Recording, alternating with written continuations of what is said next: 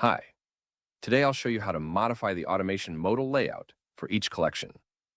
When automation is activated in your workspace, users can auto-generate not just single templates, but entire collections to create content on brand faster than ever. By default, the name of the automation placeholders will be used. To modify these labels and enhance the user experience, open the automation modal for the collection. Here, an admin can click the settings in the lower left corner to reorganize, rename, add, or remove categories and labels as needed.